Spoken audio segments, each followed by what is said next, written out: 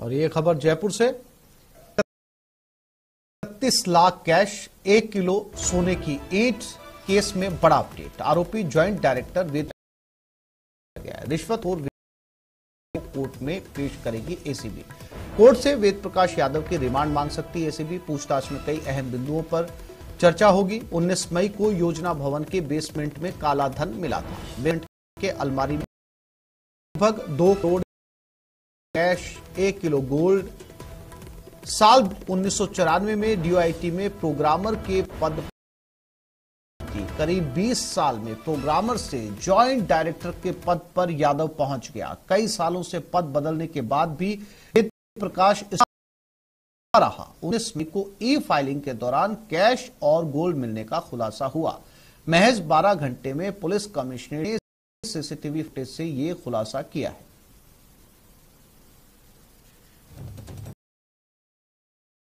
काले धन से सवाल, डीओआईटी का जॉइंट डायरेक्टर ही है क्या असली मालिक? वेद प्रकाश ही रिश्वतखोर है या इसमें कोई और शामिल है? क्या किसी और की काली कमाई को उसने अपने पास रखा हुआ था? एक कॉन्ट्रैक्ट के लिए बड़ा ठेका रहा होगा। कई सालों की काली कमाई या एक ठेके की ये पूरी रिश्वत थी। और किसके आशीर्वाद से 20 साल तक ये यादव स्टोर प्रभारी लगातार बना रहा? ना कोई तबादला, ना कोई काली कमाई पर किसी की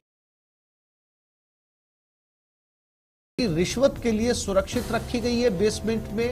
अंदाजा लगाइए कि एक प्रोग्रामर के पद पर भर्ती हुआ शख्स जॉइंट डायरेक्टर बन जाता है। ये अपने आप में कई तरह के सवाल खड़े करता है और इसके पूरे या जांच होनी चाहिए। यह महत्वपूर्ण है क्योंकि प्रोग्रामर के पद पर भर्ती हुआ एक शख्स 20 साल के अंदर जॉइंट डायरेक्टर बनता है और जॉइंट डायरेक्टर बनने के बाद भी उसके 20 साल तक वो लगातार स्टोर कीपर भी बना रहता है।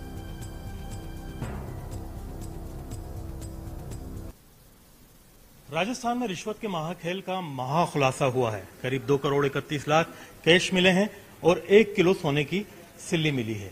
ऐसे में राजस्थान के इस योजना भवन में कमीशन का क्या खेला खेला जा रहा था, ये सवाल अब विपक्ष भी उठा रहा है और राजस्थान में सभी लोगों की नजर है कि आखिरकार ऐसा क्या किया जा रहा था। खुद मुख्य सचिव राजस्थान और जयपुर के पुलिस कमिश्नर ने मिलकर के बाकायदा सचिवालय में प्रेस कॉन्फ्रेंस की। पूरे मामले की गहन जांच की गई। 50 लोगों की पड़ताल करने के बाद में मामले का सीसीटीवी के जरिए खुलासा हुआ कि इसमें जो अलमारी के अंदर कैश रखने वाला शख्स है वो वेद प्रकाश यादव। आप देख सकते हैं कि जगह जगह पर जो सीसीटीवी कैमरे हैं वो लगे हुए हैं।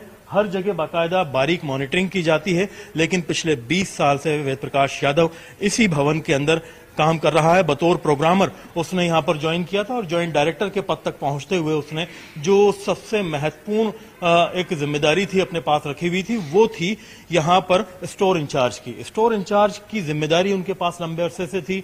इस पूरे परिसर के अंदर जब ई फाइलिंग की प्रक्रिया शुरू हुई तो तमाम अलमारियों को खंगाला जाना शुरू हुआ।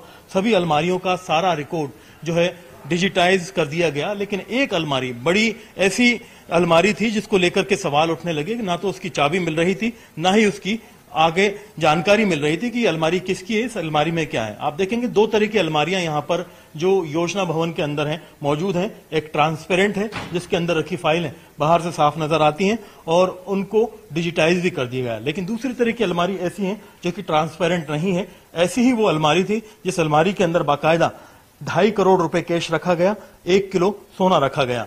तमाम तरह की तफ्तीश के दौरान जब सीसीटीवी फुटेज में वेद प्रकाश खुद पैसा रखता हुआ अलमारी में पाया गया तो उसने कबूल किया कि वो लंबे अरसे से यहां पर कमीशन लेता रहा है और रिश्वत के पैसे को यहां पर इकट्ठा करता रहा है। बड़ा सवाल यह है कि जब जॉइंट डायरेक्टर को इतना कमीशन दिया जा रहा है कि उसके पास में 2 करोड़ 31 लाख रुपए कैश हो जाते हैं तो कमीशन के इस पूरे चार्ट में कौन कौन लोग जिम्मेदार हैं, किस पद पर कितना कमीशन यहां पर जो परचेज के काम के लिए है दिया जा रहा है। क्योंकि परचेजिंग कमेटी जो यहां की बनी हुई थी उसमें वेद प्रकाश यादव खुद जो है सदस्य था और लंबे अरसे तक इस खेले को यहां पर वो खुद ही खेल रहे थे। कैमरा पर्सन यासीन के साथ में अरबाज अहमद, न्यूज़ 18 के लिए जयपुर से।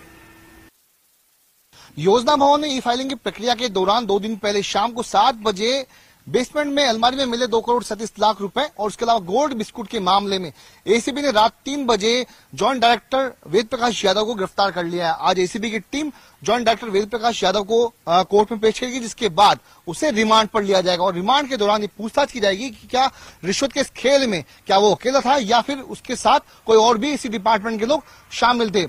एसीबी की टीम रिमांड के दौरान वेद प्रकाश यादव से यह भी पूछताछ कर सकती है कि आखिरकार रिश्वत का एक खेल कब से चल रहा था। चूंकि 1994 में प्रोग्रामर के पद पर नौकरी हासिल करने वाला वेद प्रकाश यादव इस वक्त जॉइंट डायरेक्टर था और पिछले 20 वर्षों के दौरान स्टोर कीपर का इंचार्ज भी वो था। तो आखिरकार एसीबी की टीम इस बात का खुलासा करेगी, पड़ताल करेगी कि आखिरकार किसकी मेहरबानी वेद प्रकाश यादव पर थी, जिसके चलते वेद प्रकाश यादव रिश्वत के इस खेल को लंबे समय से खेला करता था और वहीं पर रिश्वत की इस रकम को वेद प्रकाश यादव अपने ऑफिस के करीब बेसमेंट में रखी अलमारी में रखा करता था। कैमरा पर्सन मान सिंह के साथ विष्णु शर्मा, न्यूज 18 राजस्थान, जयपुर।